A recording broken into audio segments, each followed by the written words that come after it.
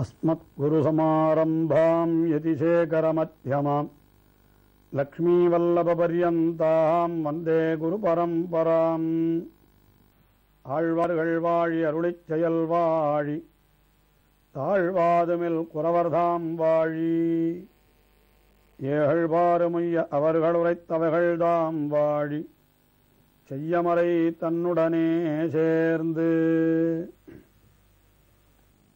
திருமங்கை ஆழ்வார் எம்பெருமான் எழுந்தருள் இருக்கிற திவ்யதேசங்கள் எல்லாவற்றிற்கும் தாமே நேராகச் சென்று ஆங்காங்கே எழுந்தருளியுள்ள எம்பெருமான்களை எல்லாம் தம்முடைய திருவாக்காலே மங்களாசாசனம் செய்கின்றார். அர்ச்சாவதாரத்திலே மிகவும் ஈடுபாடு உடையவர் என்று போற்றப் பெறுகின்ற திருமங்கை ஆழ்வார் ஏறக்குறைய 86 திவ்யதேசங்களை மங்களாசாசனம் செய்துள்ளார். பாரத தேசத்தினுடைய வடகோடியில் உள்ள திவ்யதேசங்கள் தொடங்கி தென்கோடியில் இருக்கிற திவ்யதேசங்கள் வரை வரிசையாக திவ்யதேசங்களை அனுபவித்து வருகின்ற கிரமத்திலே தமிழ்நாட்டின் வடக்கெல்லையாக அமைந்துள்ள திருவேங்கட மலை, அந்த திருவேங்கட மலையிலே எழுந்தருளிருக்கின்ற எம்பெருமானுக்கு மங்களாசாசனம் செய்கின்றவர் அந்த திருவேங்கடமுடையானை அடை நெஞ்சமே என்று தம்முடைய நெஞ்சை பார்த்து ஒரு 10 பாசுரங்களாலே அருளி செய்தவர். தம்முடைய பெரிய திருமொழியினுடைய 2ஆம் 10 முதல் திருமொழி, அது திருவேங்கடமலையை பற்றிய 4வது திருமொழி, அதாவது 4 பதிகங்களிலே 4வது பதிகம் அது. அதிலே அந்த திருவேங்கடமுடையானை அவனுக்கு தொண்டு செய்ய வேண்டும் என்று பாரித்த தம்முடைய நெஞ்சை கொண்டாடி பேசுகின்றார் 10 பாசுரங்களிலேயும். அதிலே கீழ் பாசுரங்களிலே எல்லாம் அந்த எம்பெருமானுக்கு உண்டான பெருமைகள் என்னென்ன உண்டோ அதையெல்லாம் தெரிவித்தார். தன்னுடைய அடியவர்களுக்கு உயர்ந்த கத்தியை அருள்பவனவன் என்று அவனுடைய பெருமையை சொல்லிக்கொண்டே வந்தார். அதற்கு பிறகு இப்பொழுது 5வது பாசுரம், அந்த பாசுரத்திலே ஒரு 2-3 பாசுரங்களாலே புறச்சமயங்கள் சிலவற்றையும் அவர் கண்டிக்கிறார்.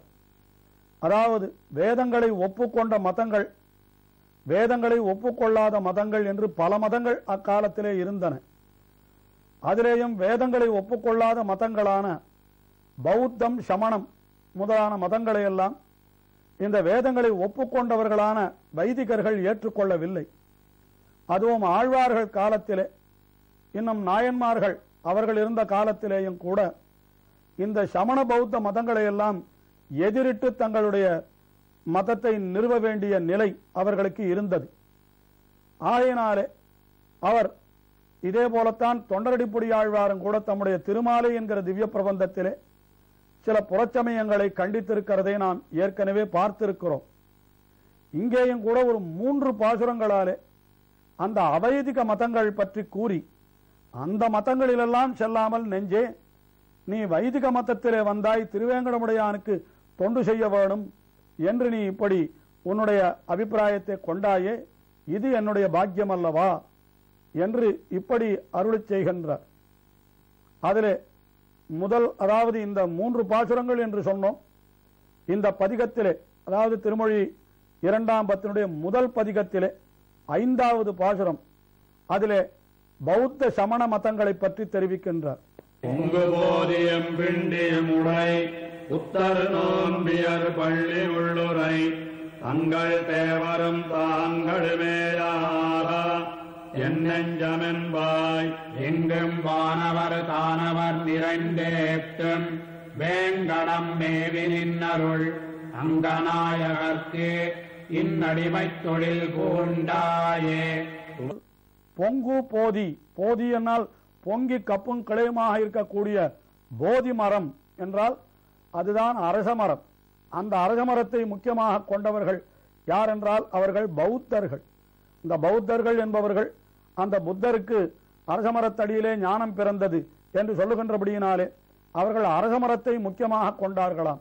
இந்த பிண்டி என்னால் அது அசோக மரத்தை சொல்லுகிறதாம். அந்த அசோக மரத்தை முக்கியமாக கொண்டவர்கள் ஜைனர்கள் என்று சொல்லப்படுகிறார்களாம். ஆக பொங்கு போதியும் பிண்டியும் உடை புத்தர் நோன்பியர், புத்தர் என்னால் பௌத்த மதத்தை சேர்ந்தவர்கள், நோன்பியர் என்னால் ஜெயின மதத்தை சேர்ந்தவர்கள். அவர்களெல்லாம் என்ன செய்கிறார்கள் என்றால், பள்ளியுள்ளுரை தங்கள் தேவரும் தாங்களுமேயாக, பள்ளி உள்ளுரை அவர்களுடைய பள்ளி, அதாவது பௌத்த பள்ளி, ஜெயின பள்ளி என்று அவர்களுடைய வழிபாட்டு தலங்கள் எல்லாம் அப்படி சொல்லப்படுகின்றன. அந்த வழிபாட்டு தலங்களிலே அவரவர்கள் தங்கள் இஷ்ட தேவதைகளையே வைத்து வழிபடுகிறார்கள். தங்கள் தேவரும் தாங்களுமேயாக என்று அவர்கள் அப்படி தங்களுடைய தேவர்களும் தாங்களுமேயாக என்று இருக்கிறார்கள். ஆனால் நல்ல நெஞ்சே, நீ அப்படிப்பட்ட மதங்களுக்கெல்லாம் நல்ல வேளை செல்லவில்லை. அங்கெல்லாம் செல்லாமல் நீ என்ன செய்தாய்? எங்கும் வானவர் தானவர் நிறைந்தேத்தும் வேங்கடம் மேவி நின்றருள் அங்கநாயகன், அவனுக்கு நீ அடிமை தொழில் பூண்டாய். எங்கும் வானவர்களும் தானவர்களும் என்று தெரிவிக்கின்றார். சாதாரணமாக பொருள் சொல்லுகிற பொழுது வானவர்கள் என்றால் தேவர்கள் என்றும், தானவர்கள் என்றால் அசுரர்கள் என்றும் சொல்லலாம். ஆனால் இங்கே திருவேங்கடமுடையானிடத்திலே அசுரர்களும் வருகிறார்களோ என்றால், ஒருவேளை அவர்களும் கூட இந்த திருவேங்கடமுடையானிடத்திலே வந்து பிரார்த்தித்துக் கொண்டால் நாம் வேண்டியது கிடைக்கும் என்று எல்லாரும் தானே வருகிறார்கள். இந்த காலத்திலே கூட நாம் பார்த்தோமானால் நல்ல எண்ணம் உடையவர்களும் வருகிறார்கள், கெட்ட எண்ணம் உடையவரும் வருகிறார்கள் என்று சொல்லும்படியாகத்தான் அந்த திருக்கோயில் அமைந்துள்ளது. எங்கும் வானவர் தானவர் நிறைந்து ஏத்தும், எல்லோரும் நிறைந்து அந்த எம்பெருமானை துதிக்கிறார்கள் என்று அப்படி பொருள் கொள்ளலாம். அல்லது ஸ்தானவர்கள் என்பதற்கு அந்தந்த ஸ்தானத்திலே இருப்பவர்கள் என்ற வடசொல்லினுடைய திரிவாக கொண்டு ஸ்தானவர்கள் என்றால் அந்தந்த ஸ்தானத்திலே இருக்கிறவர்கள், அவர்களும் வந்து இந்த எம்பெருமானை துதிக்கிறார்கள். அப்படி துதிக்கிறவர்களுக்கு எம்பெருமான் என்ன செய்கிறான் என்றால் அங்கண் நாயகன். அங்கண் என்றால் அழகிய கண்ணை உடைய நாயகனாம் அவன். அதாவது தன்னுடைய அழகிய திருக்கண்களாலே அவர்களை கட்டாட்சிக்கிறான். அப்படி இவனாலே கட்டாட்சிக்கப்படுகிறபடியினாலேயே அவர்களுக்கு நன்மை விளைகிறது. நன்மை விளைகிறது என்னால் அவர்கள் கேட்டதெல்லாம் கிடைக்கிறது என்று கொள்ளலாமா என்றால், நல்லவர்கள் நல்ல காரியத்திற்காக கேட்டால் அது அவர்களுக்கு கிடைக்கிறது. கெட்டவர்கள் கெட்ட காரியத்திற்கு கேட்டால் அவர்களுக்கும் எம்பெருமானுடைய அருள் கிடைக்கிறது. எப்படி கிடைக்கிறது என்றால், அந்த கெட்ட எண்ணம் நீங்கி நல்லவர்கள் ஆகும்படியான அருள் அவர்களுக்கு கிடைக்கிறது என்று நாம் கொள்ள வேண்டும். அப்படி அங்கண் நாயகருக்கு நெஞ்சே நீ அடிமை தொழில் பூண்டாயே. நெஞ்சே, அப்படிப்பட்ட எம்பெருமானுக்கென்றோ நீ அடிமை தொழில் பூண்டாய் என்று பிற மதங்களிலே எல்லாம் செல்லாமல் இப்படி அந்த எம்பெருமா வைதிக மதத்திலே வந்து திருவேங்கடமுடையானுக்கு வேதங்களிலே சொல்லப்பட்டவனான அந்த திருவேங்கடமுடையானுக்கு அடிமை தொழில் பூண்டாயே என்று இந்த 5வது பாசுரத்திலே அந்த தம்முடைய நெஞ்சை கொண்டாடினார். அடுத்த 6வது பாசுரத்திலேயும் கூட அதே பொருளை சற்று வேறு விதமாக காட்டுகின்றார். அங்கே எம்பெருமான் எழுந்தருளியிருக்கிறான்.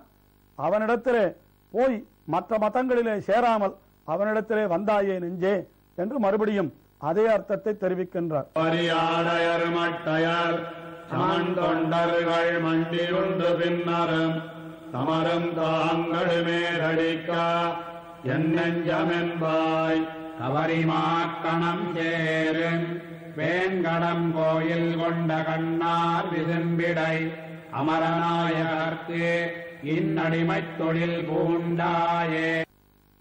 துவரி ஆடையர் மட்டையர் என்று சொல்லுகிறார். அதாவது அந்த சமணர்கள், அந்த சமணத் துறவிகள் எல்லாம் அந்த காவி உடையை அணிந்திருப்பார்கள். ஆயினாலே அவர்களை துவரி ஆடையர் என்று சொல்லுகின்றார். அதற்கு மேலே மட்டையர் என்றால் அந்த தலைமுடியை அவர்கள் மொட்டையடித்துக் கொண்டு அப்படித்தானே இருப்பார்கள். அந்த விஷயத்தை சொல்லுகிறார்.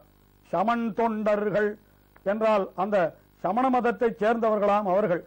அவர்கள் எப்படி இருக்கிறார்கள் என்றால், அவர்கள் மண்டியுண்டு பின்னரும், அவர்கள் வேண்டிய போஜனங்களை செய்துவிட்டு தமரும் தாங்களுமே தடிக்க, அந்த தமரும் தாங்களுமே என்றால் தாங்களும் தங்களுடைய மதத்தைச் சேர்ந்தவர்கள் மட்டுமே நன்றாக இருக்க வேண்டும் என்று அவர்கள் நினைக்கிறார்களாம். அப்படி தடிக்கும்படியாக இருக்கும் பொழுது அவர்களையெல்லாம் நீ விட்டுவிட்டாய். அந்த நல்ல வேளை அப்படிப்பட்ட அவைதிக மதங்களிலே நெஞ்சே நீ செல்லாமல் நீ என்ன செய்தாய் என்றால், கவரிமாக்கணம் சேரும் வேங்கடம் கோயில் கொண்ட கண்ணார் விசும்பிடை என்று. கவரி மாக்கணம் என்றால் அந்த கவரி மான்கள் எல்லாம் அங்கே நிறைய திரண்டு கிடக்கின்றதாம் வேங்கட மலையிலே. அப்படிப்பட்ட வேங்கட மலையிலே வேங்கடம் கோயில் கொண்ட கண்ணார் விசும்பிடை அமரநாயகர் என்றால், விசும்பிடை அமரநாயகர் என்னால் வானத்திலே இருக்கக்கூடிய தேவர்கள் என்ன, இன்னும் அவர்களுக்கு மேலே இருக்கக்கூடிய நித்திய சூரிகள் என்ன, அவர்களுக்கெல்லாம் கூட இவன் நாயகனாக எழுந்தருளி இருக்கிறவன் எம்பெருமான் என்று அவனுடைய மேன்மையை தெரிவிக்கின்றார். ஆஹா, அப்படிப்பட்ட மேன்மையை உடையவன் என்ன செய்கிறான்? இங்கே மன்னோர்களும் வந்து தன்னை வணங்க வேண்டும், இன்னும் காணமும் வானரமும் வேடுமுடை வேங்கடம் என்று சொல்லும்படியாக அப்படிப்பட்ட இந்த இடத்திலேயும் வந்து எழுந்தருளி இருக்கிறான் என்றால் அது அவனுடைய சௌலபியத்தை தெரிவிக்கின்றது.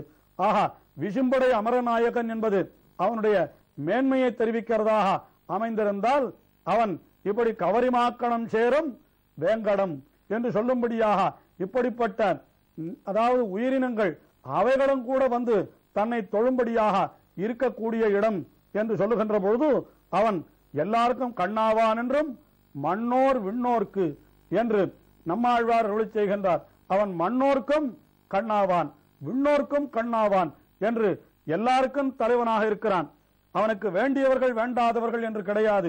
உயர்ந்தவர்களான தேவர்களுக்கும் முகம் கொடுக்கிறான், தாழ்ந்தவர்களான மனிதர்கள் மட்டுமல்ல, இன்னும் அதை காட்டிலும் தாழ்ந்ததான விலங்கினங்களுக்கும் கூட அவன் அருள் செய்து கொண்டன்றோ அந்த திருவேங்கட மலையிலே அந்த எழுந்தருள் இருக்கின்ற எம்பெருமான் கவரிமாக்கணம் சேரும் வேங்கடம் கோயில் கொண்டிருக்கிறானவன்.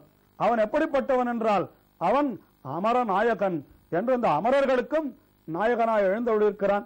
அப்படிப்பட்ட எம்பெருமானுக்கு நீ அடிமை தொழில் பூண்டாய் அல்லவா என்று இந்த பாசுரத்திலே அந்த எம்பெருமானுக்கு அடிமை செய்ய புகுந்த தம்முடைய நெஞ்சை கொண்டாடுகின்றார். இன்னும் அனுபவம் தொடர்கிறது, தொடர்ந்து அனுபவிப்போம். திருமங்கையாழ்வார் திருவடிகளே சரணம்.